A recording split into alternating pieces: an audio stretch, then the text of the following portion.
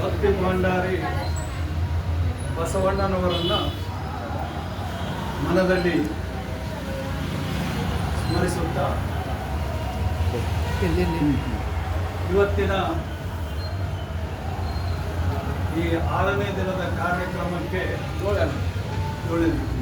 7ನೇ ದಿನದ ವಚನೋತ್ಸವ ಕಾರ್ಯಕ್ರಮಕ್ಕೆ ದಾಸರಿಗಳಾದಂಥ ಸನ್ಮಾನ್ಯ ಶ್ರೀ ಶರಣಬಸಪ್ಪ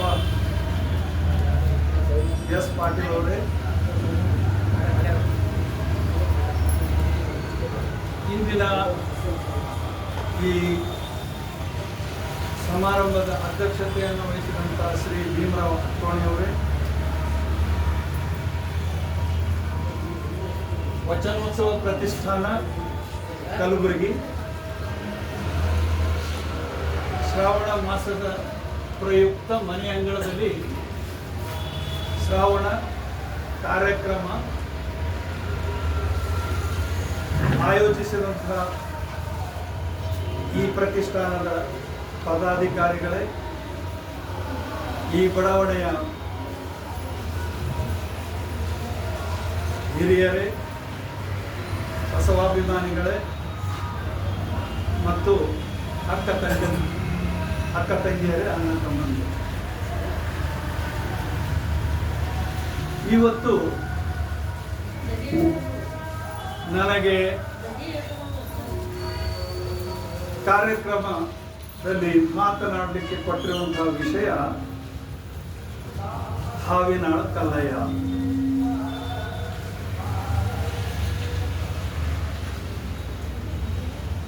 ಈ ಕಾರ್ಯಕ್ರಮದ ಆಯೋಜಕರು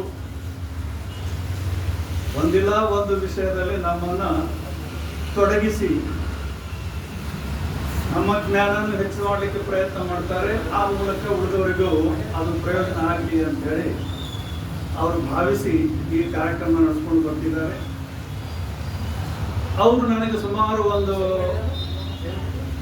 15 ದಿವಸಗಳ ಹಿಂದೆ ಈ ಕಾರ್ಯಕ್ರಮದಲ್ಲಿ ಮಾತನಾಡಬೇಕು ಅಂತ ಫೋನ್ ಮಾಡಿದಾಗ ಸಂಪೂರ್ಣ ನಾನು ನಿದ್ದೆ ಎದ್ದಿದ್ದೆ.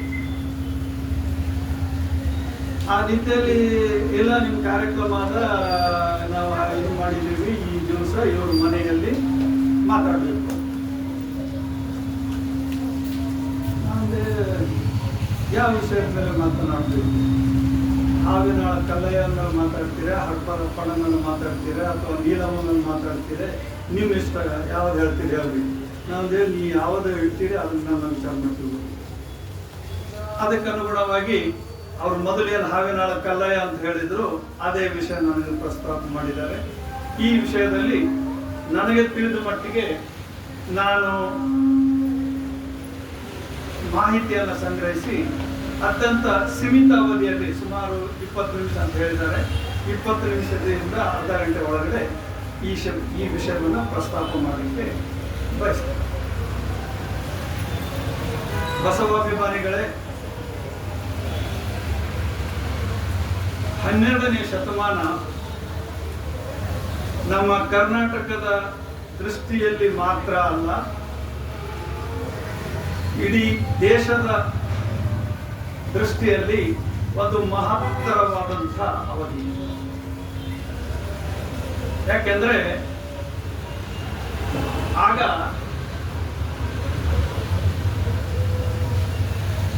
ಬಸವಣ್ಣನ ನೇತೃತ್ವದಲ್ಲಿ ಶಿವಶರಣರು ಒಂದು ಸಮಗ್ರ ಕ್ರಾಂತಿಯನ್ನೇ ಉಂಟು ಮಾಡಬಲ್ಲಂತಹ ಒಂದು ಆಂದೋಲನವನ್ನು ಹುಟ್ಟುಹಾಕಿದರು. ಅವರಿಗೆ ಏನೊಂದು ಸಮಾಜದಲ್ಲಿ ಭೇದ ಭಾವ ಇತ್ತು, ಮೇಲು ಕೀಳು, ಉಚ್ಚ ನೀಚ, ಶ್ರೇಷ್ಠ ಕನಿಷ್ಠ, ಉತ್ತಮ ಅಧಮ, ಸ್ತ್ರೀ ಪುರುಷ, ಸಿರಿವಂತರು ಬಡವರು ಅನ್ನುವಂತಹ ಈ ಒಂದು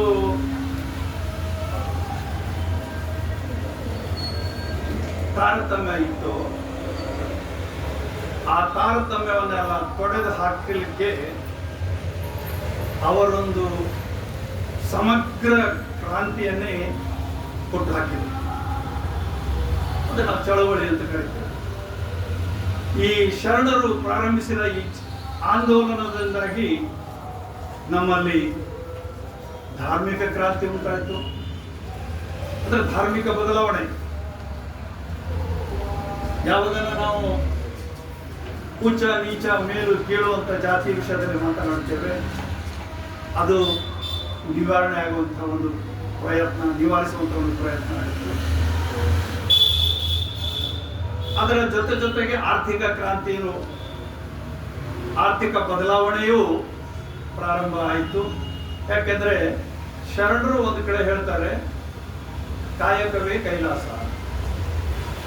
ಒಬ್ಬ ವ್ಯಕ್ತಿಯ ಜೀವನ ಸಾರ್ಥಕವಾಗಬೇಕಾಗಿದ್ರೆ ಆತ ಕಾಯಕ ಮಾಡಬೇಕು. ಕಾಯಕದಿಂದ ಮಾಡಿದ್ದನ್ನ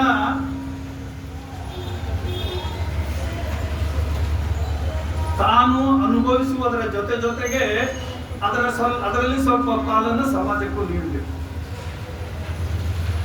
ಇದನ್ನು ನಾವೇನಂತೀವಿ ಅಂದ್ರೆ ದಾಸೋಹ. ಅಂದ್ರೆ ನಾವು ದುಡಿಬೇಕು, ದುಡಿಯದೆ ತಿನ್ನೋದಕ್ಕೆ ಅಧಿಕಾರ ಇಲ್ಲ. ಪ್ರತಿಯೊಬ್ಬರು ದುಡಿಬೇಕು. ದುಡಿದು ಏನನ್ನ ಗಳಿಸ್ತೀವಿ ಅದರಲ್ಲಿ ಅಗತ್ಯ ಇದ್ದಷ್ಟನ್ನ ನಾವು ಬಳಸಿಕೊಂಡು ಉಳಿದದ್ದನ್ನ ದಾಸೋಹದ ರೂಪದಲ್ಲಿ ಸಮಾಜಕ್ಕೆ ನೀಡಬೇಕು. ಅದೇ ರೀತಿ ಸಾಹಿತ್ಯ ಕ್ರಾಂತಿನೂ ಉಂಟಾಯಿತು. ಸಾಹಿತ್ಯ ಕ್ರಾಂತಿ ಅಂದ್ರೆ ಮೊದಲು ಆವಾಗ ನಮ್ಮ ಎಲ್ಲ ಸಾಹಿತ್ಯ ಅತಿ ಬುದ್ಧಿವಂತರು ಅಥವಾ ಸಂಸ್ಕೃತ ಬಲ್ಲವರು ಅಂತ ನಾವೇನು ಕರಿತಿದ್ದೀವಿ, ಅವರಿಗೆ ಮಾತ್ರ ಅದು ಅರ್ಥ ಆಗ್ತಿತ್ತು. ಅವ್ರು ಮಾತ್ರ ಓದ್ತಿದ್ರು, ಬರೀತಿದ್ರು, ಅರ್ಥ ಮಾಡ್ಕೊಡ್ತಿದ್ರು. ಸಾಮಾನ್ಯ ಜನರಿಗೆ ಅವು ಏನು ಅಂತ ಗೊತ್ತಾಗ್ತಿದೆ. ಆದರೆ ಈ ಶರಣರ ಕಾಲದಲ್ಲಿ ಬಸವಣ್ಣನವರ ಮೂಲಕ ಸಾಮಾನ್ಯರ ಭಾಷೆ ಅಂತ ಕರಿತೀವಿ ನಾವು, ಕನ್ನಡ, ಆಡುಗನ್ನಡದಲ್ಲಿ ಸಾಮಾನ್ಯರ ಭಾಷೆಯಲ್ಲಿ ಅವರು ವಿಚಾರ ವಿನಿಮಯ ಮಾಡತೊಡಗಿದ್ರು. ವಚನಗಳನ್ನು ರೂಪಿಸಿದ್ರು. ಈ ವಚನಗಳು ಜನರಲ್ಲಿ ಹೊಸ ಒಂದು ಅಲೆಯನ್ನು ಹುಟ್ಟುಹಾಕಿ, ಹೊಸದೊಂದು ವಿಚಾರವನ್ನು ಹುಟ್ಟುಹಾಕಿ ಆ ಮುಖಾಂತರ ಸಮಾಜದ ಎಲ್ಲರಿಗೆ ಜ್ಞಾನವನ್ನು ನೀಡಲಿಕ್ಕೆ ಪ್ರಯತ್ನ ಮಾಡಿದ್ರು. ಮೇಲಿನ ಕೆಲವರು ಮಾತ್ರ ಏನೊಂದು ಸಂಸ್ಕೃತದಿಂದ ಅದನ್ನ ಸಮಾಜವನ್ನು ನಿಯಂತ್ರಿಸ್ತಿದ್ರು, ಅದೆಲ್ಲವೂ ಹೊರಟು ಹೋಗಿ ಸಾಮಾನ್ಯ ಭಾಷೆಯಲ್ಲಿ ಕನ್ನಡದಲ್ಲಿ ಇವರು ವಚನಗಳನ್ನ ರೂಪಿಸುವುದರ ಮೂಲಕ, ವಚನಗಳನ್ನ ಸೃಷ್ಟಿಸುವುದರ ಮೂಲಕ ಸಾಮಾನ್ಯರು ಅದನ್ನು ಓದಿ ಅರ್ಥ ಮಾಡಿಕೊಳ್ಳುವಂತೆ ಮಾಡಿದ್ದರಿಂದಾಗಿ ಈ ಮೇಲ್ವರ್ಗದವರು ಅಥವಾ ಇವರೇನು ಯಾರು ಬುದ್ಧಿವಂತರು ಒಂದು ಸಮಾಜವನ್ನು ಏನು ಶೋಷಿಸ್ತಾ ಇದ್ರು ಅದು ಕಡಿಮೆ. ಅದೇ ರೀತಿ ಈ ಅಧಿಕಾರನು ಎಲ್ಲರಿಗೂ ಬಂತು, ಅಧಿಕಾರ ಎಲ್ಲರಿಗೂ ದೊರೆಯಿತು. ದುಡಿದು ಗಳಿಸತೊಡಗಿದರೆ ವ್ಯಕ್ತಿಯಲ್ಲಿ ಸಹಜ ಏನಪ್ಪಾ ಅಂದ್ರೆ ಸ್ವಾಭಾವಿಕವಾಗಿ ಒಂದು ಶಕ್ತಿ ಬಂದಾಗ ಆ ಶಕ್ತಿಯ ಮೂಲಕ ತಾವೆಲ್ಲ ಒಂದಾಗಿ ಅಧಿಕಾರವನ್ನು ನಡೆಸಲಿಕ್ಕೆ ಪ್ರಯತ್ನ ಮಾಡಿದರು. ಅವರಿಗೆ ಏನು ಕೆಲವರು ಹಿಡಿತ ಸಮಾಜದಲ್ಲಿ ಏನಿತ್ತು ಅದು ಕಡಿಮೆ. ಈ ರೀತಿಯಾಗಿ ಈ 12ನೇ ಶತಮಾನದಲ್ಲಿ ಒಂದು ಸಮಗ್ರ ಕ್ರಾಂತಿಯನ್ನೇ ಆಂದೋಲನದ ರೂಪದಲ್ಲಿ ಶಿವಶರಣರು ಬಸವಣ್ಣನವರ ನೇತೃತ್ವದಲ್ಲಿ ಆ ಶಿವಶರಣರಲ್ಲಿ ಆಗಿನ ಕಾಲದ ಹಾವಿನಾಳ ಕಲ್ಲಯ್ಯನು ಒಬ್ಬರು. ಇನ್ನು ಈ ಹಾವಿನಾಳ ಕಲ್ಲಯ್ಯರ ಮೂಲ ಸ್ಥಳದ ಬಗ್ಗೆ ವಿದ್ವಾಂಸರಲ್ಲಿ ವಿವಾದಗಳಿವೆ. ಕೆಲವರು ಹೇಳ್ತಾರೆ ಅವರು ಸುರ್ಪುರ ಸಮೀಪ ಇರುವಂತಹ ಒಂದು ಹಳ್ಳಿ, ಹಾವಿನಾಳ ಅಂತ ಹಳ್ಳಿಯಲ್ಲಿ ಅವರು ಜನ್ಮವೆತ್ತಿದ್ರು ಅಂತ ಕೆಲವರು ಹೇಳ್ತಾರೆ. ಅದಕ್ಕೆ ಪೂರಕವಾಗಿ ಅಲ್ಲಿಯ ದೇವಾಲಯವನ್ನು ಉದಾಹರಿಸ್ತಾರೆ. ಯಾಕಂದ್ರೆ ಹಾವಿನಾಳ ಕಲ್ಲಯ್ಯ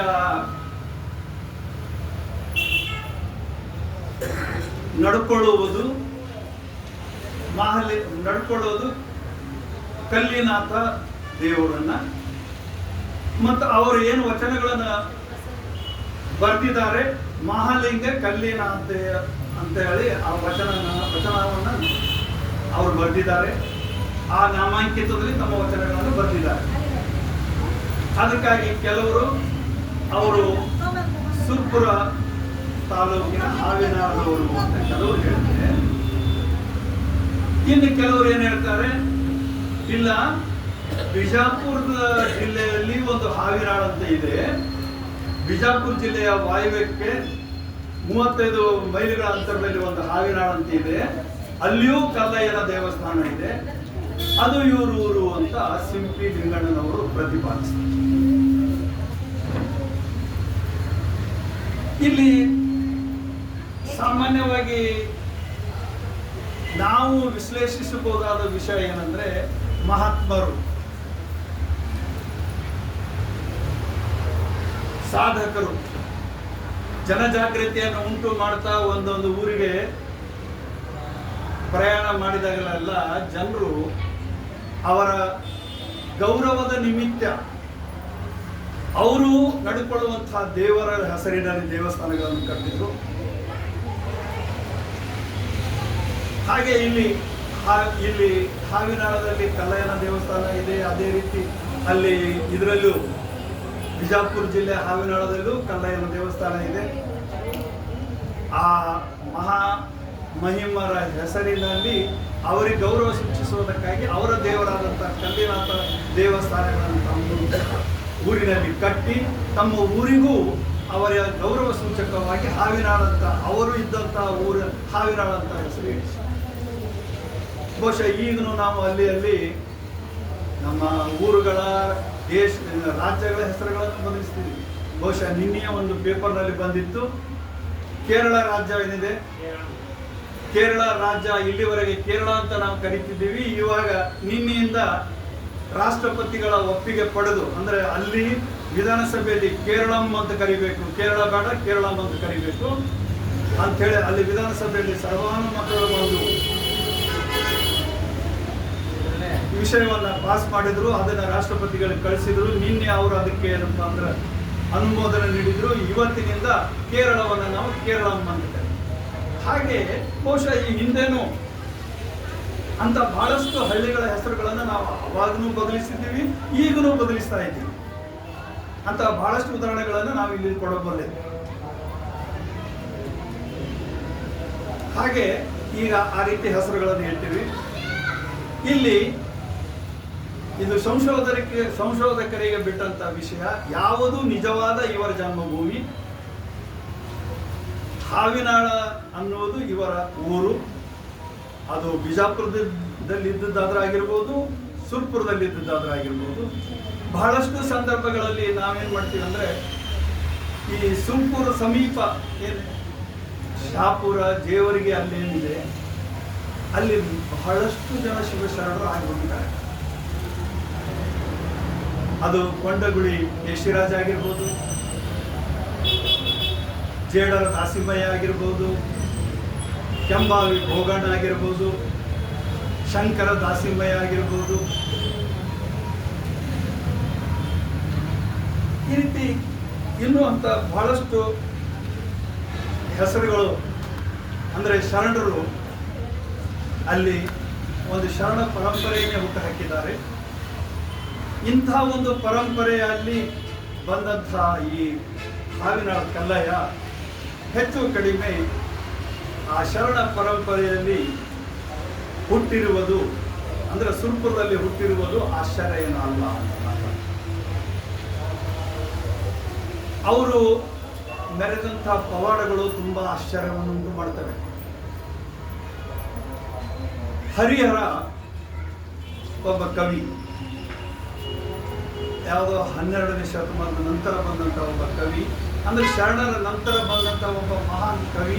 ಆತ ಶರಣರ ಕುರಿತು ಬಹಳಷ್ಟು ವಿಷಯಗಳನ್ನು ಕಲೆ ಹಾಕಿದ್ದಾನೆ. ಅಂತೆಯೇ ಈ ಹಾವಿನಾಳ ಕಲ್ಲಯ್ಯನವರು ಮೆರೆದಂಥ 2 ಪವಾಡಗಳನ್ನು ಆತ ಪ್ರಸ್ತಾಪಿಸ್ತಾರೆ. ಅಂದ್ರೆ ಇವರು ಬರೀ ಶರಣರಲ್ಲ, ಒಬ್ಬ ಪವಾಡ ಪುರುಷರು ಆಗಿದ್ದರು ಅಂತ ನಾನು ಹೇಳ್ಬೇಕಾದ್ರೆ. ಇದನ್ನು ಸ್ವತಃ ಹರಿಹರನೇ ಆ ಕಾಲದಿಂದಲೂ ಹೇಳ್ಕೊಂಡು ಬಂದಿದ್ದಾರೆ. ಇವರ ಬರವಣಿಗೆಯಲ್ಲಿ ಒಂದು ಭಕ್ತಿಯ ಆವೇಶ ಮತ್ತು ಭಾವುಕತೆಗಳಿದ್ದಾಗ್ಯೂ ಹರಿಹರ ಪ್ರಸ್ತಾಪಿಸಿದಂತಹ ಐತಿಹಾಸಿಕ ಮಹತ್ವವನ್ನು ನಾವು ಸುಲಭವಾಗಿ ಕಡೆಗಣಿಸಲಿಕ್ಕೆ ಸಾಧ್ಯ ಇಲ್ಲ. ಈ ಹರಿಹರ ಪ್ರಸ್ತಾಪಿಸುವಂತೆ ಹಾವಿನಾಳದ ಭಕ್ತರಾದಂತಹ ಶಿವನೋಜ ಮತ್ತು ಸೋಮ್ಯವೇ ಈ ಕಲ್ಲಯ್ಯನ ತಂದೆ ತಾಯಿಗಳು. ಶಿವನೋಜ ಮತ್ತು ಸೋಮವೇ ಇವರ ತಂದೆ ತಾಯಿಗಳು. ಈ ಆರಾಧ್ಯ ಈ ದಂಪತಿಗಳಿಗೆ ಆರಾಧ್ಯ ದೈವ ಅಂತಂದ್ರೆ ಕಲ್ಲಿನಾಥ. ಆ ಕಲ್ಲಿನಾಥನ ಕರುಣೆಯಿಂದ ಈ ಹಾವಿನ ಕಲ್ಲಯ್ಯ ಜನಿಸಿದ್ದು. ಅದಕ್ಕಾಗಿ ದಂಪತಿಗಳಿಗೆ ಆ ದೇವರ ಬಗ್ಗೆ, ಆ ದೇವಸ್ಥಾನದ ಮೇಲೆ ಅಪರಿಮಿತವಾದ ಭಕ್ತಿ. ಮುಂದೆ ಕಲ್ಲಯ್ಯನೂ ಸಹ ಬೆಳೆಯುತ್ತಾ ಹೋಗುತ್ತೆ. ಆ ದೇವಾಲಯದಲ್ಲಿಯೇ ಹೆಚ್ಚು ಸಮಯವನ್ನು ಕಳೀತಾ ಇದ್ದಾರೆ. ಏನೋ ಒಂದು ಆ ದೇವಾಲಯದ ಕುರಿತಾಗಿ ಒಂದು ಅವಿನಾವ ಭಾವ ಬೆಳೆದು ಬಂದಿದೆ. ಇವರ ತಂದೆ ತಾಯಿಗಳು ವೃತ್ತಿಯಿಂದ, ಅಂದರೆ ಇವರ ತಂದೆ ವೃತ್ತಿಯಿಂದ ಶನಿವಾರ ಅಂದರೆ ಬಂಗಾರದಿಂದ ಆಭರಣಗಳನ್ನು ಮಾಡುವಂಥವರು. ಅದರಲ್ಲಂತೂ ಆ ಸುತ್ತಮುತ್ತಲಿನ ಊರಿನಲ್ಲಿ ತುಂಬ ಶ್ರೇಷ್ಠವಾದಂತಹ ಕುಶಲಕರ್ಮಿ ಅನ್ನುವಂಥ ಹೆಸರನ್ನು ಪಡೆದಿದ್ದಾರೆ.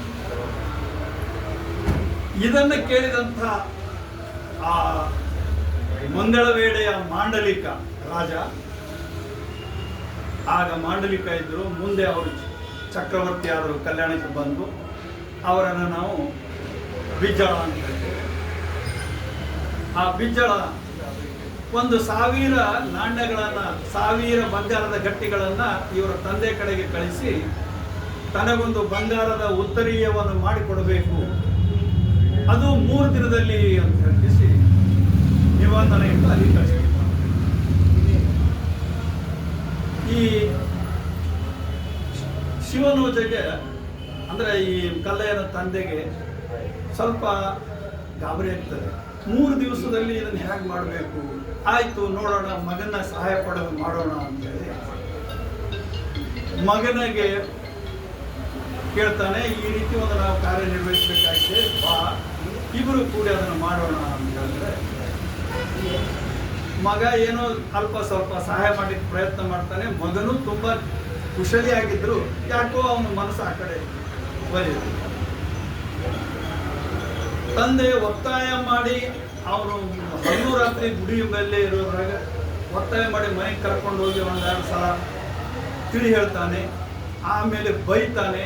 ಇದರ ನಡುವೆ ತಂದೆ ಮಗನ ನಡುವೆ ಸ್ವಲ್ಪ ಜಗಳ ಆಗ್ತದೆ. ಜಗಳ ಆಗಿ ತಂದೆ ಕೈ ಎತ್ತಿ ಹೊಡಿಲಿಕ್ಕೂ ಪ್ರಯತ್ನ ಮಾಡ್ತಾನೆ. ಅದರಿಂದ ಮಗ ಏನು ಹೇಳ್ತಾನೆ, ನಾ ಇನ್ನು ಮಾಡೋಕ್ಕಾಗಲ್ಲ, ಅದು ನಿನ್ನ ನೀವು ಬಿಟ್ಕೊಟ್ಟದ್ದು ನೀ ಏನಾರ ಮಾಡ್ಕೋ ಆ ಕೆಲಸ ಬಿಟ್ಟು. ಇವಾಗ ತಂದೆ ಅನಿವಾರ್ಯವಾಗಿ ಆ ಕೆಲಸ ಮಾಡ್ತಾರೆ. ಕೆಲಸ ಮಾಡಿ ಏನು ರಾಜರಿಗೆ ಅದನ್ನು ಒಪ್ಪಿಸಿದ್ರು ಅವ್ರ ಮೇಲೆ ಒಂದು ಆರೋಪ ಬಂದೇ ಬರುತ್ತೆ. ಅದು ಆರೋಪ ಏನಿದೆ ಅಂತಂದ್ರೆ ಇವತ್ತು ನಾವು ನೀವೆಲ್ಲ ಕೇಳಿದಂಥ ಅದೊಂದು ನಾಣ್ಣುಡಿನೇ ಆಗಿದೆ. ಏನಂದ್ರೆ ಅಕ್ಕನ ಬಂಗಾರವಾದರೂ ಅಕ್ಕ ಸಾಲಿಗ ಬಿಡ. ಸ್ವತಃ ಅಕ್ಕನೇ ಏನಾದರೂ ಆಭರಣ ಮಾಡಿಕೊಟ್ರು ಅಕ್ಕ ಸಾಲಿಗೆ ಅದ್ರಾಗ ಏಟ್ರ ಒಂದು ಸ್ವಲ್ಪ ಕೈಚಿ ಹೊಡ್ತಾನೆ. ಈ ರಾಜನು ಆ ರೀತಿ ತಿಳಿದು ಕೆಲವೊಂದು ಆರೋಪಗಳನ್ನು ಮಾಡಿದಾಗ ಈ ತಂದೆಗಿಂತಲೂ ಕಲ್ಲಯ್ಯನಿಗೆ ಆ ಮನಸ್ಸಿಗೆ ವ್ಯಸನ ಆಗಿ ಅವರು ಈ ವೃತ್ತಿಯನ್ನೇ ಬಿಟ್ಟು ಬಿಡಬೇಕು ಅಂತ ಹೇಳಿ ಮನಸ್ಸು ಮಾಡಿ ತಮ್ಮೆಲ್ಲ ಸಮಯವನ್ನ ದೈವಿ ಧ್ಯಾನದಲ್ಲಿ ತೊಡಗ್ತಾರೆ. ಇದೇ ಸಂದರ್ಭದಲ್ಲಿ ಈ ಮಗನ ಈ ನಿಷ್ಕ್ರಿಯತೆ, ಒಂದು ಸುಮ್ಮನೆ ಇರುವಂತಹ ಒಂದು ಪ್ರವೃತ್ತಿ ನೋಡಿ ತಂದೆ ತಾಯಿ ಏನ್ ಮಾಡ್ತಾರೆ, ಅವ್ರಿಗೆ ಮದುವೆ ಮಾಡಬೇಕು. ಮದುವೆ ಮಾಡಿದ್ರಾದ್ರೂ ಸಂಸಾರದ ಜವಾಬ್ದಾರಿಯಿಂದಾಗಿ ಇವರು ಮನೆಯಲ್ಲಿ ಇರ್ಬೋದು, ಕೆಲಸ ತೊಡಗಬಹುದು ಅನ್ನುವಂಥ ಒಂದು ಆಶೆ ಅವರಿಗಿರ್ತದೆ. ಅವರು ಆ ವಿಷಯದಲ್ಲಿ ಸಿದ್ಧತೆಯಲ್ಲಿ ತೊಡಗಿದಾಗ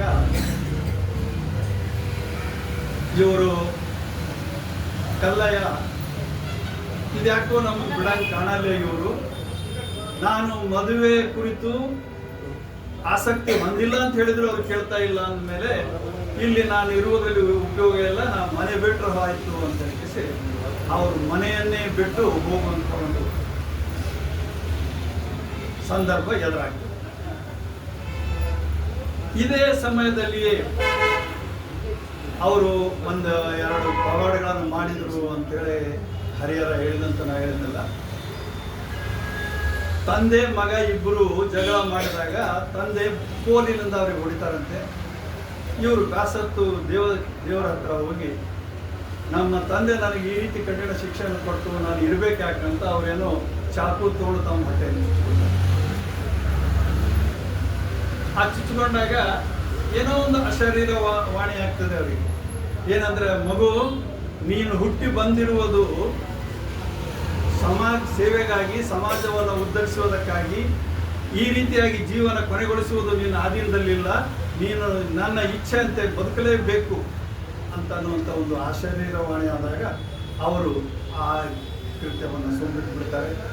ಮುಂಜಾನೆ ಬಂದು ಪೂಜಾರಿ ಬಂದು ಅವ್ರು ನೋಡಿದಾಗ ಆ ರಕ್ತ ಸಿಕ್ತವಾಗಿ ಬಿದ್ದುದನ್ನು ನೋಡಿ ಮನೆಯವ್ರಿಗೆ ಹೇಳ್ತಾರೆ. ಎಲ್ಲರೂ ಉಪಚಾರ ಮಾಡಿದ್ರೆ ಅವರು ಸ್ವಲ್ಪ ದಿನದಲ್ಲಿ ಆರಾಮಾದ್ಮೇಲೆ ಮುಂದೆ ತಂದೆ ಏನು ಮಾಡ್ತಾರಂತ, ಹೋಗ್ಲಿ ಭಾಳ ಹೇಳಿದ್ರೆ ಈ ರೀತಿ ಮಾಡ್ಕೊಳಕತ್ತಾನ, ಅವ್ನು ಹೆಂಗಾದ್ರೂ ಇರಲಿ ಅಂತೇಳಿ ಅವನು ಬಿಟ್ಬಿಡ್ತಾರೆ, ಕಲ್ಲಯ್ಯಗೆ ಬಿಟ್ಬಿಡ್ತಾರೆ. ಮುಂದೆ ಈ ಕಲ್ಲಯ್ಯ ಒಂದು ದಿವಸ ಭಕ್ತಿ ಭಾವದಿಂದ ದೇವರ ಪೂಜೆ ಮಾಡ್ತಾ ಇರಬೇಕಾದಾಗೆ ಹಿಂದಿನಿಂದ ಬಂದು ಒಂದು ಹಾವು ಅವನನ್ನು ಕಚ್ಚಿತು. ಆ ಹಾವು ಕಚ್ಚಿದಾಗ ಕಲ್ಲಯ್ಯನಿಗೆ ಏನೂ ಆಗಲಿಲ್ಲ, ಬದಲಾಗಿ ಅದು ಹಾವೇ ಸತ್ತು ಹೋಗ್ತೇನೆ. ಆವಾಗ ಕಲ್ಲಯ್ಯ ವಿಚಾರ ಮಾಡತೊಡಗ್ತಾನೆ, ಹಾವು ವಿಷಜಂತು ಅಂತ ಎಲ್ಲರೂ ಹೇಳ್ತಾರೆ, ಅದು ನನಗೆ ಕಚ್ಚಿದಾಗ ಸ್ವಾಭಾವಿಕವಾಗಿ ನನಗೇನಾದ್ರೂ ತೊಂದರೆ ಆಗಬೇಕಾಗಿತ್ತು, ಅದ್ರ ಬದಲಾಗಿ ಅದೇ ಸತ್ತಿತ್ತು ಅಂತಂದ್ರೆ ಜನ ಏನು ತಿಳ್ಕೊತಾರೆ, ಆ ಹಾವಿಗಿಂತಲೂ ನನ್ನ ರಕ್ತ ತುಂಬ ವಿಷಯುಕ್ತವಾದುದು ಅಂತ ತಿಳ್ಕೊಂಡು ನನಗಿದು ಮಾಡಬಹುದು ಅಂತ ತಿಳ್ಕೊಂಡು ಪೂರ್ಣ ದೈನ್ಯತೆಯಿಂದ ದೇವರಿಗೆ ಬಿಡ್ಕೊತಾರಂತೆ. ದೇವರೇ, ನನಗೆ ಬರುವ ಅಪವಾದ ತಪ್ಪಿಸು, ಸತ್ತ ಹಾವನ್ನ ನೀನು ಬದುಕಿಸು, ಇಲ್ಲದಿದ್ದರೆ ನಾನು ಬದುಕಲ್ಲ ಅಂತ ದೇವರಿಗೆ ದೈನ್ಯತೆಯಿಂದ ನಿವೇದನೆ ಮಾಡ್ತಾರೆ. ಆಗ ಆ ಸತ್ತು ಬಿದ್ದ ಹಾವು ಸ್ವಲ್ಪ ಸ್ವಲ್ಪವಾಗಿ ಅಲಗಾಡಲಿಕ್ಕೆ ಪ್ರಾರಂಭ ಮಾಡ್ತದೆ. ಆಮೇಲೆ ಅದು ಎದ್ದು ಹೊರಟು. ಇದನ್ನು ನೋಡಿದಂತಹ ಜನ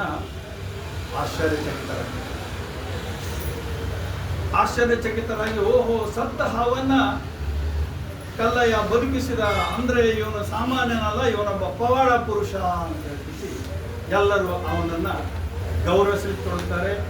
ಅವನು ಮಾತುಕತೆ ಹೆಚ್ಚಿನ ಬೆಲೆ ಕೊಡಲಿಕ್ಕೆ ಪ್ರಾರಂಭ ಮಾಡ್ತಾರೆ. ಇದೇ ಅವಧಿಯಲ್ಲಿಯೇ ಮಹಾಮೈಮರಾದಂಥ ಶ್ರೀ ರೇವಣಸಿದ್ಧರು ತಮ್ಮ ಮಗ ರುದ್ರಮುನಿಯೊಂದಿಗೆ ಆ ಕಡೆ ಸಂಚಾರಕ್ಕೆ ಬಂದಾಗ ಕಲ್ಲಯ್ಯ ಅವರಿಗೆ ಭಕ್ತಿ ಭಾವದಿಂದ ತನ್ನ ಸೇವೆಯನ್ನು ಸಮರ್ಪಿಸ್ತಾನೆ. ಆ ಸೇವೆಯಿಂದ ಸಂತೃಪ್ತರಾದಂತಹ ರೇವಣಸಿದ್ಧರು ಅವನಿಗೆ ಆಶೀರ್ವದಿಸಿ ಹೇಳ್ತಾರೆ, ನಿನ್ನ ಮನೋಭಾವ ಏನಿದೆ ನನಗೆ ಅರಿವಾಯಿತು, ನಿನಗೆ ಶಿವಜ್ಞಾನವನ್ನು ನನ್ನ ಮಗ ಕೊಡ್ತಾನೆ ಮತ್ತು ವೈರಾಗ್ಯ ಪೂಜೆ ಅಥವಾ ವೀರ ಶೈವ ದೀಕ್ಷೆನೂ ಅವನಿಗೆ ಕೊಡ್ತಾನೆ. ಆ ಮೂಲಕ ಅದನ್ನು ತಗೊಂಡು ನೀನು ಈ ಶಿವ ಪಥದಲ್ಲಿ ನಡೆ ಅಂಥೇಳಿ ಆಶೀರ್ವಾದ. ತಂದೆಯ ಆದೇಶದಂತೆ ಈ ರುದ್ರಮುನಿ ದೇವರು, ಯಾರನ್ನ ನಾವು ರೇವಣಸಿದ್ಧವರ ಮಗ ಅಂತ ಕರಿತಿದ್ದೀವಿ, ಅವರು ತಂದೆಯ ಆದೇಶದಂತೆ ಈ ಕಲ್ಲಯ್ಯನಿಗೆ ಶಿವಜ್ಞಾನವನ್ನು ನೀಡಿ ಅವರಿಗೆ ವೀರಶೈವ ದೀಕ್ಷೆಯನ್ನು ನೀಡಿ ಆ ಮೂಲಕ ಇದನ್ನು ಅನುಚಾನವಾಗಿ ನೀನು ಪಾಲಿಸಿಕೊಂಡು ಹೋಗು, ಶಿವಜ್ಞಾನವನ್ನು ಪಡಿ. ಆನಂತರ ನಮ್ಮ ಆಸೆಯಂತೆ ನೀನು ಇಲ್ಲಿಂದ ಸೋಲಾಪುರಕ್ಕೆ ಹೋಗಿ ಅಲ್ಲಿ ಸಿದ್ದರಾಮೇಶ್ವರರು ಇದ್ದಾರೆ, ಅವರ ಸಂಪರ್ಕದಲ್ಲಿ ನೀನು ಸಮಾಜ ಸೇವೆಯನ್ನು ಮಾಡು. ಅವರನ್ನು ನೀನು ಗುರು ಅಂತ ತಿಳಿದು ಅವರ ನೆರಳಾಗಿ, ಅವರ ಒಬ್ಬ ನಂಬಿಗಸ್ಥ ಒಬ್ಬ ವ್ಯಕ್ತಿಯಾಗಿ ಕಾರ್ಯನಿರ್ವಹಿಸುವಂಥ ವಿಷಯ ಇದು ನಮ್ಮ ಸಂಕಲ್ಪ ಅಂತ ಹೇಳಿ ಅವರವರಿಗೆ ಆಶೀರ್ವಾದ ಮಾಡಿ ಅಲ್ಲಿಂದ ಹೊರಟು. ಈ ಮುಂದೆ ಕಲ್ಲಯ್ಯ ಇನ್ನು ನನ್ನ ಬಹುಶಃ ಇಲ್ಲಿದು ಆಯಿತು ಅಂತ ಕಾಣಿಸ್ತದೆ. ಇನ್ನು ಗುರುಗಳೇ ಬಂದು ನನಗೆ ಅಲ್ಲಿ ಹೋಗಂತ ಹೇಳಿದ ಮೇಲೆ ನಾನು ಹೋಗಾಯಿತು ಅಂತ ಹೇಳಿ ಅವರು ಸೋಲಾಪುರಕ್ಕೆ ಹೋಗ್ತಾರೆ. ಸೋಲಾಪುರಕ್ಕೆ ಹೋಗಿ ಅಲ್ಲಿ ಆಗಾಗಲೇ ಯೋಗ ಮತ್ತು ಸಮಾಜ ಸೇವೆ, ದಾಸೋಹ ಇತ್ಯಾದಿಗಳಲ್ಲಿ ತೊಡಗಿಕೊಂಡಂಥ ಸಿದ್ದರಾಮೇಶ್ವರು ಅಲ್ಲಿ ತುಂಬ ಜನಪ್ರಿಯವಾದಂಥ ಒಬ್ಬ ಶರಣರಾಗಿರ್ತಾರೆ. ಅವರ ಹತ್ರ ಇವರು ಹೋಗಿ ಅವರ ಕಟ್ಟಿರುವಂತಹ ಒಂದು ದೇವಾಲಯ ಇರ್ತದೆ ಅಲ್ಲಿ, ಮಲ್ಲಿಕಾರ್ಜುನ ದೇವಾಲಯ ಅಂತ. ಯಾವಾಗ ಶ್ರೀಶೈಲದಿಂದ ಬಂದ ನಂತರ ಅವರು ಅಲ್ಲಿ ಶಿವನ ಆಜ್ಞೆಯಂತೆ ಸೋಲಾಪುರದಲ್ಲಿ ಮೊದಲು ಮಲ್ಲಿಕಾರ್ಜುನ ದೇವಾಲಯ ಕಟ್ಟಿರ್ತಾರೆ. ಆ ದೇವಾಲಯದ ಆವರಣದಲ್ಲಿ ಕುರಿತು ಯೋಚನೆ ಮಾಡ್ತಾ ಇದ್ದಾಗ ಅವರ ಸಹೋದರ ಸಿದ್ದರಾಮೇಶ್ವರ ಸೋದರ ಇವರನ್ನು ನೋಡಿ ಅವರನ್ನು ಕರ್ಕೊಂಡು ಹೋಗಿ ಅವ್ರು ಭೇಟಿ ಮಾಡಿಸ್ತಾರೆ. ಅವರು ನಿನ್ನಂತೆ ಇನ್ನೂ ಕೆಲವರು ಬರುವವರಿದ್ದಾರೆ, ನೀನು ಕೇದಾರ ಗುರುಗಳು ಮತ್ತು ನಮ್ಮ ಸೋದರನ ಜೊತೆಗೂಡಿ ಈ ಸಮಾಜದ ಚಟುವಟಿಕೆಗಳಲ್ಲಿ ತೊಡಗಿ ಆ ಮೂಲಕ ನಿನ್ನನ್ನೂ ನೀನು ಉದ್ಧರಿಸಿಕೋ, ಸಮಾಜವನ್ನು ಉದ್ಧರಿಸುವಂತ ಆಶೀರ್ವಾದ ಮಾಡ್ತಾರೆ. ಅವತ್ತಿನಿಂದ ಅವರು ಸಂಪೂರ್ಣ ಕಲ್ಲಯ್ಯ ತನ್ನನ್ನು ತಾನು ಈ ಸಿದ್ದರಾಮೇಶ್ವರರ ಸೇವೆಗೆ, ಅವರ ಆದೇಶ ಪಾಲನೆಗೆ, ಅವರ ಪ್ರತಿ ಚಟುವಟಿಕೆಗಳಲ್ಲಿ ತನ್ನನ್ನು ತಾನು ತೊಡಗಿಸಿಕೊಳ್ಳುವಂತಹ ಒಂದು ಕಾರ್ಯವನ್ನು ಮಾಡ್ತಾನೆ. ತನ್ನನ್ನು ತಾನು ಸಂಪೂರ್ಣ ಅವರಿಗೆ ಸಮರ್ಪಿಸಿಕೊಳ್ತಾನೆ. ಮುಂದೆ ಇವರು ಬೆಳೀತಾ ಹೋದಂತೆ ಅಲ್ಲಿ ದೇವಾಲಯ ಕಟ್ತಾರೆ. ಸಿದ್ದರಾಮೇಶ್ವರರು ಕೆರೆ ಕಟ್ಟಿಸ್ತಾ ಜನರಿಗೆ ಅಲ್ಲಿ ನೀರಿನ ತೊಂದರೆ ನೋಡಿ ಕೆರೆ ಕಟ್ಟಿಸ್ತಾ ಇರಬೇಕಾದಾಗ ಅವ್ರ ಜೊತೆ ಇವರು ನಿಂತು ಸ್ವಂತ ಆ ಕೆರೆ ಕೆಲಸದಲ್ಲಿ ತಮ್ಮನ್ನು ತಾವು ವೈಯಕ್ತಿಕವಾಗಿ ತೊಡಗಿಸಿಕೊಳ್ತಾರೆ. ಮುಂದೆ ಕೆರೆ ಸಿದ್ಧವಾದ ಮೇಲೆ ಅದು ನೀರು ತುಂಬಿ ತುಳುಕಿದಂತೆ ನೋಡಿ ಸಿದ್ದರಾಮರಂತೆ ಇವರು ತುಂಬ ಸಂತೋಷಪಡ್ತಾರೆ. ಮುಂದೆ ದಾಸೋಹ ಇತ್ಯಾದಿಗಳನ್ನು ಅಂದರೆ ಆ ಕೇದಾರ ಗುರುಗಳು ಮತ್ತು ಸಿದ್ದರಾಮೇಶ್ವರ ಸೋದರ ಮತ್ತು ಇವರು ಮೂವರು ಒಬ್ಬ ತ್ರಿಮೂರ್ತಿಗಳಾಗಿ ಅಲ್ಲಿ ನಡೆಯುವ ಎಲ್ಲ ಚಟುವಟಿಕೆಗಳನ್ನು ನಿರ್ವಹಣೆ ಮಾಡ್ತಾ ಸಿದ್ದರಾಮೇಶ್ವರರು ನೀಡಿರುವಂಥ ಜವಾಬ್ದಾರಿಗಳನ್ನು ಆದಷ್ಟು ಮಟ್ಟಿಗೆ ಕಡಿಮೆ ಮಾಡಿದ್ದಾರೆ. ಇದೇ ಹಂತದಲ್ಲಿಯೇ ಒಮ್ಮೆ ಅವರು ತಮ್ಮ ಮನೆಯಲ್ಲಿ ಪೂಜೆ ಮಾಡಿಸ್ತಾ ಇರಬೇಕಾದಾಗ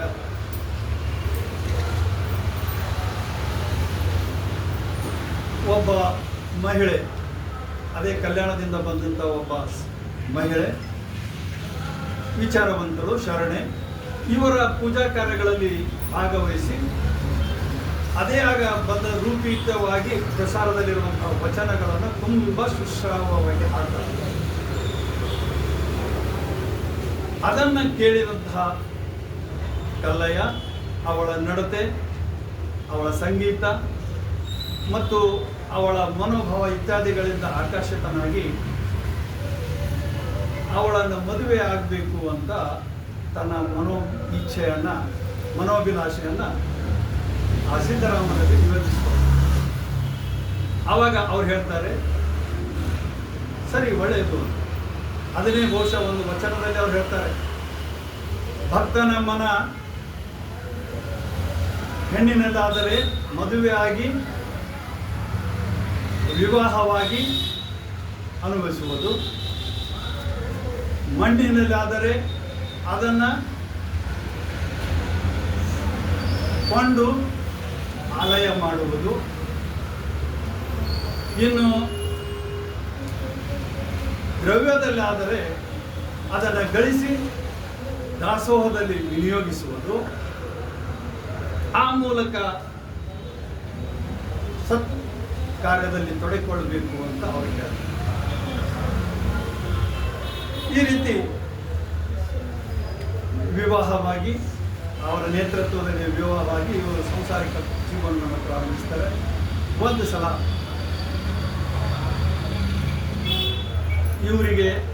ಇವರ ಘಟನೆಯಲ್ಲಿ ಎಲ್ಲರ ಹಾಗೆ ಒಂದು ಮಗು ಹುಡ್ತಾಳೆ, ಹೆಣ್ಣು ಮಗು ಹುಡ್ತದೆ. ಅವಳನ್ನ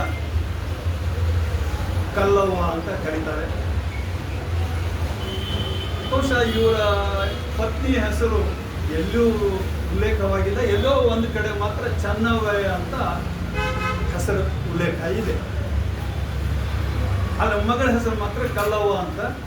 ಆಕೆ ತನ್ನ ತಂದೆಯ ಪೂಜೆಗಾಗಿ ಬಾವಿಯಿಂದ ಮಡಿ ನೀರನ್ನು ತೆಗೆದುಕೊಂಡು ಬರ್ತಾ ಇರುವಾಗ ದಾರಿಯಲ್ಲಿ ಬಂದಂಥವಾದ ಮದೋನ್ಮತ್ತವಾದ ಆನೆ ಅಡ್ಡದಿಡಿ ಓಡಿ ಬರುವುದರಿಂದ ಅಲ್ಲಿ ಬರ್ತಾ ಇರುವಂಥ ಕೆಲವು ಬ್ರಾಹ್ಮಣರು, ವಿಪ್ರರು ಹೆದರಿ ಓಡ್ತಾ ಇರಬೇಕಾದಾಗ ಒಬ್ಬ ಬ್ರಾಹ್ಮಣ ಮಗಳನ್ನು ಮುಟ್ತಾನೆ. ಅವನು ಮುಟ್ತಾನೆ. ಮುಟ್ಟಬೇಕಂತಲ್ಲ, ಆಕಸ್ಮಿಕವಾಗಿ ಅವನು ಸ್ಪರ್ಶಿಸಿದಾಗ ಆಕೆ ಬೇರೊಬ್ಬರು ಮುಟ್ಟಿದ ಈ ನೀರು ಮಡಿ ಅಲ್ಲ ಮೈಲಿಗೆ ಆಯಿತು ಅಂತ ಆ ಮಣ್ಣಿನ ಗಡಿಗೆಯನ್ನು ನೆಲದ ಬಿಸಾಕಿ ಹೊರಟು ಹೋಗಿದ್ದಾರೆ. ಅದು ಇವರಿಗೆ ಬ್ರಾಹ್ಮಣನಿಗೆ ಅವಮಾನ ನೆನೆಸುತ್ತೆ. ಅದಕ್ಕೆ ಕೆಲವು ಜನ ಗುಂಪನ್ನು ಕಟ್ಕೊಂಡು ಸೀದಾ ಕಲ್ಲೆಯನ್ನು ಬಂದು ಅವ್ರು ಸಿಟಿ ನಿಮ್ಮ ಮಗಳು ನಮಗೆ ಅವಮಾನ ಮಾಡಿದಳು, ನಾವು ಬ್ರಾಹ್ಮಣರು, ವಿಪ್ರರು, ವೇದ ಇತ್ಯಾದಿಗಳನ್ನು ಓದಿದವರು, ನಮಗೆ ಅವಳು ಅವಮಾನ ಮಾಡಿದಳು, ನಾವು ಮುಟ್ಟಿದ್ರೆ ಆ ನೀರು ಶಿವಪೂಜೆಗೆ ಅನರ್ಹ ಅಂತ ಹೇಳಿದಳು, ಇದು ಸಾಧುವೇ ಅಂತ ಕೇಳ್ತಾರೆ. ಅದರಿಂದ ಸಿಟ್ಟಿಗೆದ್ದಂತ ಈ ಕಲ್ಲಯ್ಯ ಏನು ಹೇಳ್ತಾನೆ,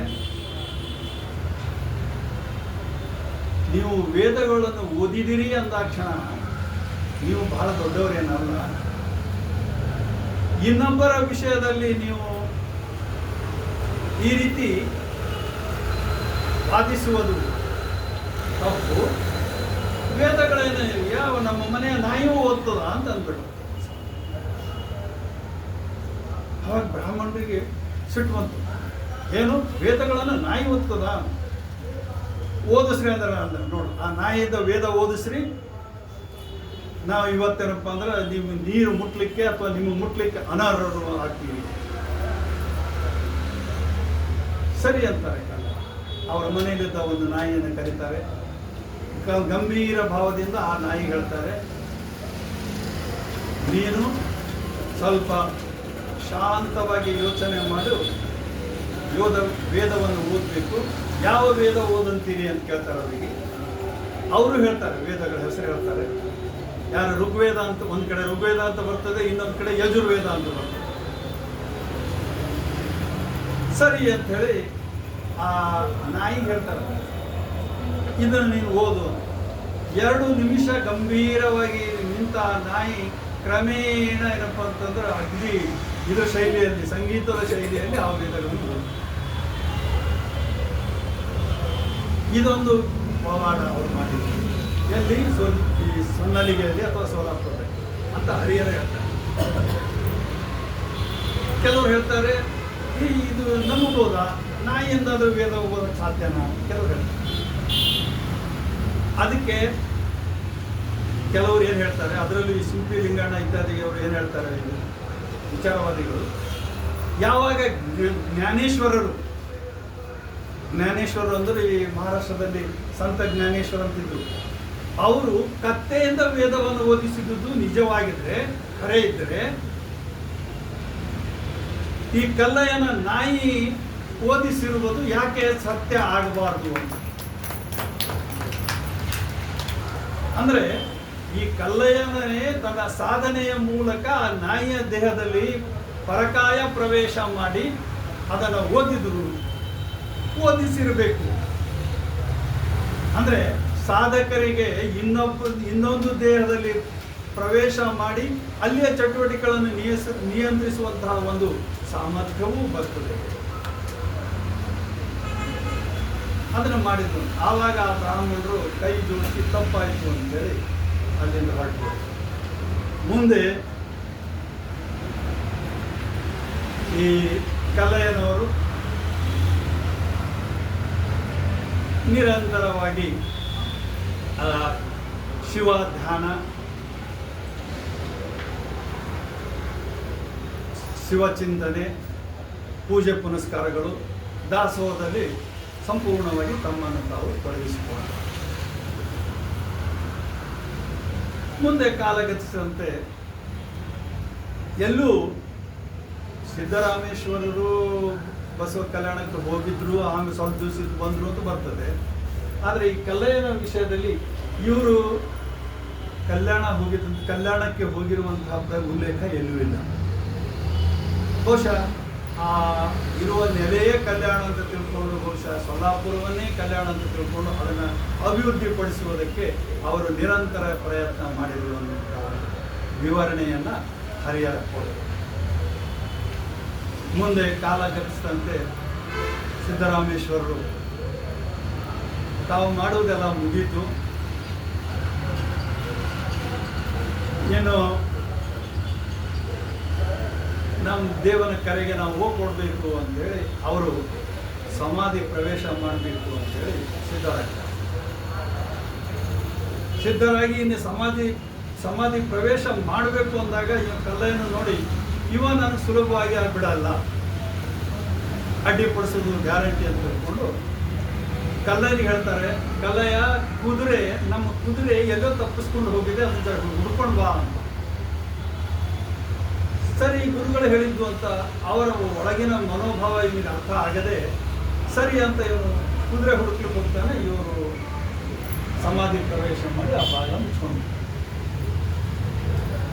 ಇವ ಕುದುರೆಯನ್ನು ಹುಡ್ಕೊಂಡು ಅಲ್ಲಿ ಬಂದಾಗ ವಿಷಯ ತಿಳಿದು ತುಂಬ ದುಃಖಿತನಾಗ್ತಾನೆ.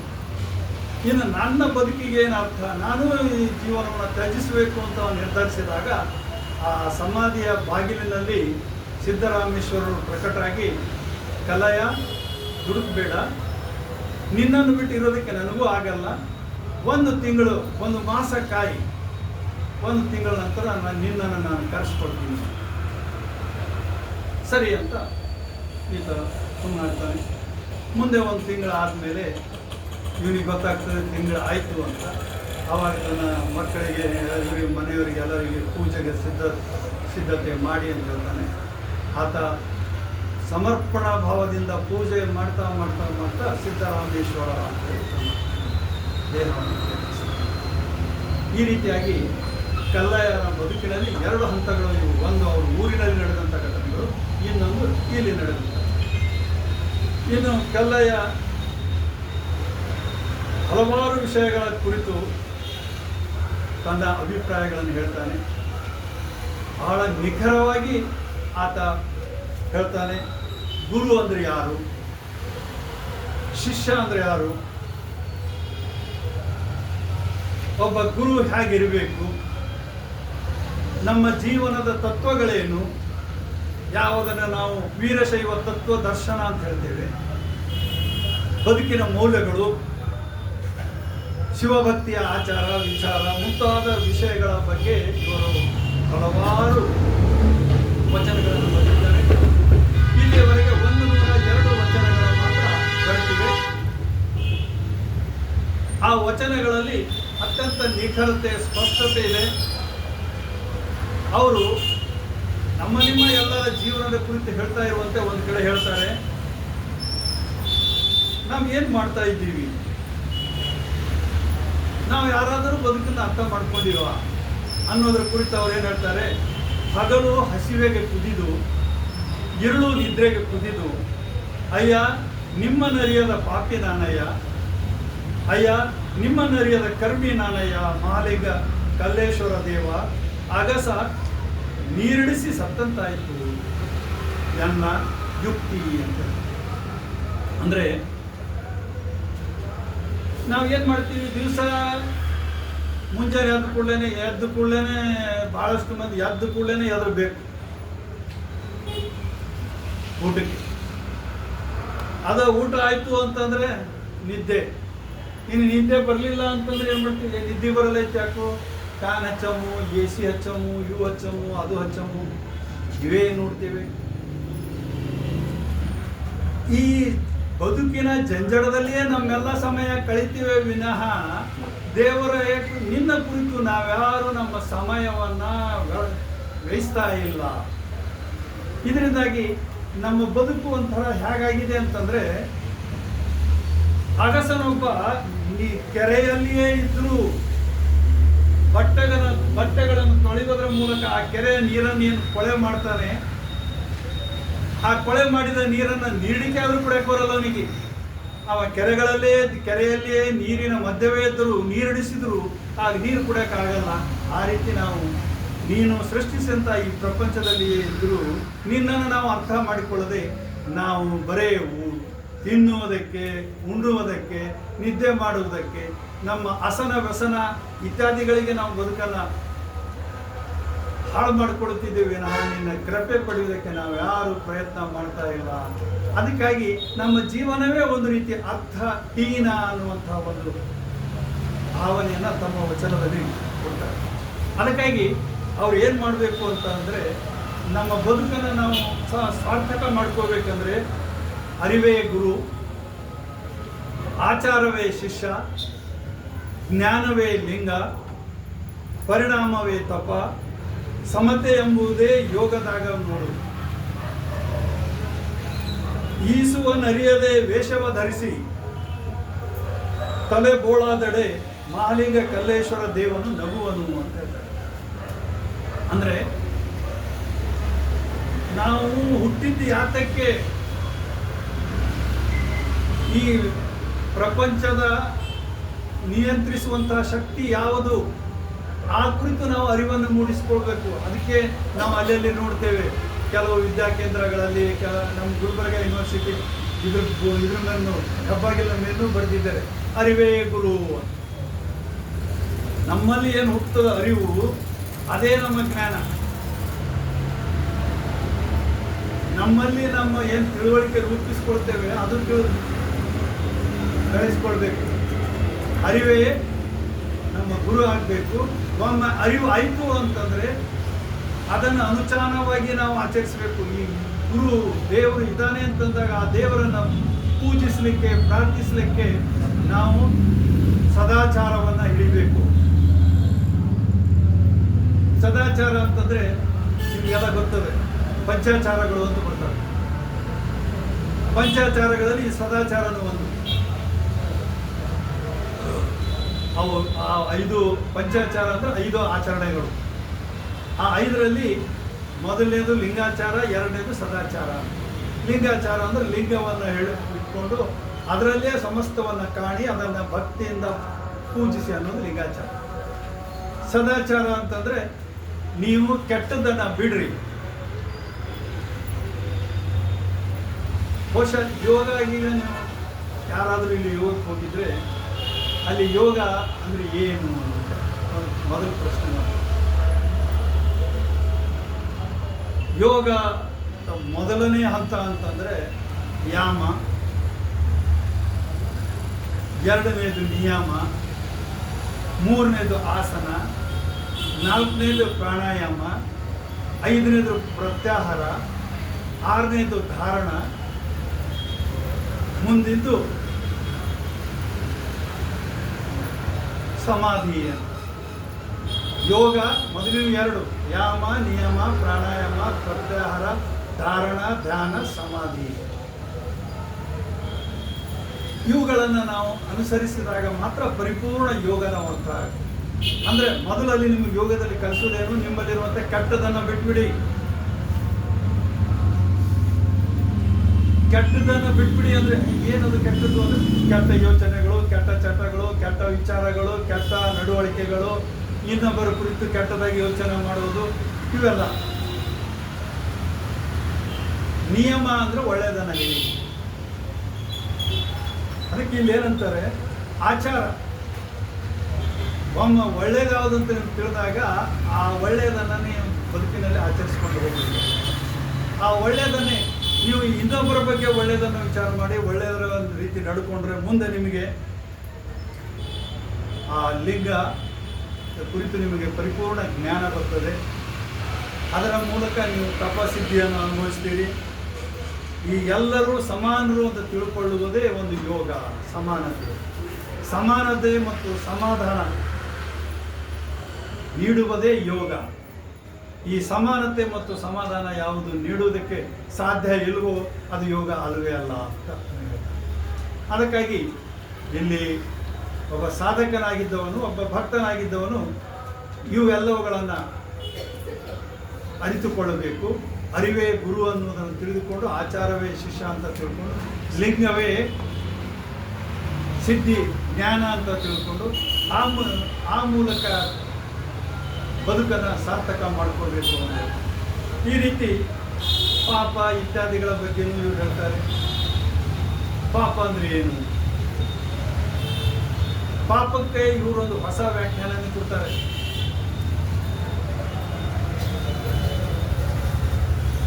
ಪಾಪ ಅಂದರೆ ಇವ್ರ ಪ್ರಕಾರ ಹಿಂಸೆಯೊಂದರಿಂದಲೇ ಪಾಪ ಬರ್ತದೆ.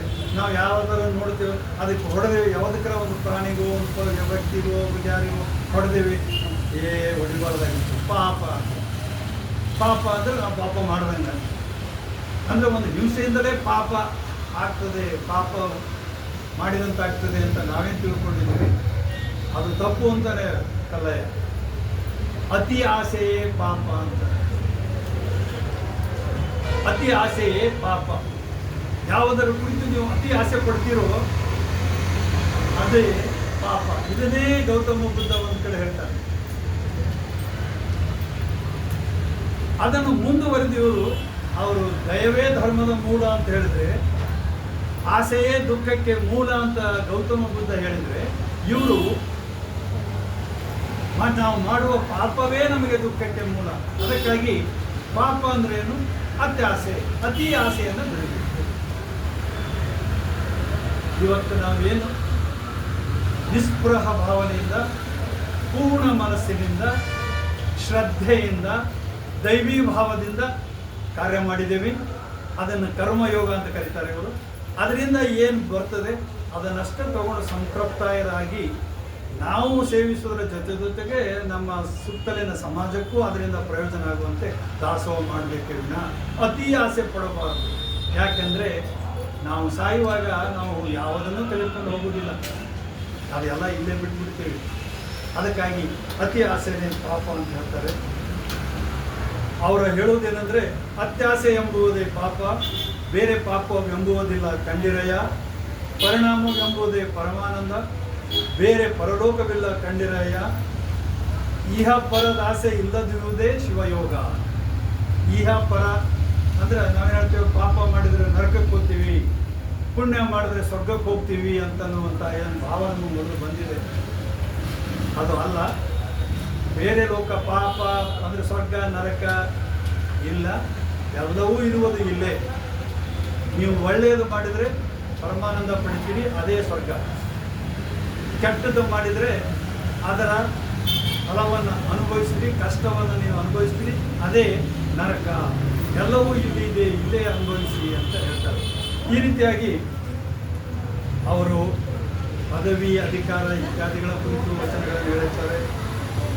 ಸ್ತ್ರೀಯರ ಕುರಿತೂ ಸಹ ಅವರು ತಮ್ಮ ಭಾವನೆಗಳನ್ನು ವ್ಯಕ್ತಪಡಿಸ್ತಾರೆ. ಮಹಿಳೆಯರು ಮಾತೆಯ ಸ್ವರೂಪ, ಎಲ್ಲರೂ ಅವರನ್ನು ಪೂಜ್ಯ ಭಾವನೆಯಿಂದ ಕಾಣಬೇಕು, ಅವರನ್ನು ಗೌರವಿಸಬೇಕು. ಆ ಮಹಿಳೆಯರಲ್ಲಿ ತಮ್ಮ ತಾಯಿಯನ್ನು ಕಾಣಬೇಕು, ದೇವರನ್ನು ಕಾಣಬೇಕು ಅನ್ನುವಂಥ ಒಂದು ಭಾವವನ್ನು ವ್ಯಕ್ತಪಡಿಸ್ತಾರೆ. ಯಾರು ಕೆಟ್ಟದಾಗಿ ನೋಡ್ಕೋತಾರೆ ಅವರಿಗೆ ಕಷ್ಟ ಬರ್ತದೆ ಅನ್ನುವಂಥ ಅಭಿಪ್ರಾಯವನ್ನು ತಮ್ಮ ಹೇಳ್ತಾರೆ. ಇದೇ ರೀತಿ ಪ್ರತಿಯೊಂದಕ್ಕೂ ಪೂಜಾ ಪದ್ಧತಿ ಅಂದರೆ ಹೀಗಿರಬೇಕು ಹಾಗಿರಬೇಕು ಹಲವಾರು ನಮ್ಮ ನಡತೆಯ ಕುರಿತು ಹಲವಾರು ವಚನಗಳನ್ನು ಅವರು ರೂಪಿಸಿದ್ದಾರೆ. ಬಹುಶಃ ಈಗಾಗಲೇ ಸಾಕಷ್ಟು ಸಮಯ ಆಯಿತು. ಇನ್ನು ಹೆಚ್ಚಿಗೆ ನಿಮ್ಮ ಸಮಯ ತೆಗೆದುಕೊಳ್ಳದೆ ಇಲ್ಲಿಯವರೆಗೆ ನನ್ನ ವಿಚಾರಗಳನ್ನು ಕೇಳಿದ್ದಕ್ಕೆ ಎಲ್ಲರಿಗೂ ಅನಂತ ಧನ್ಯವಾದಗಳು.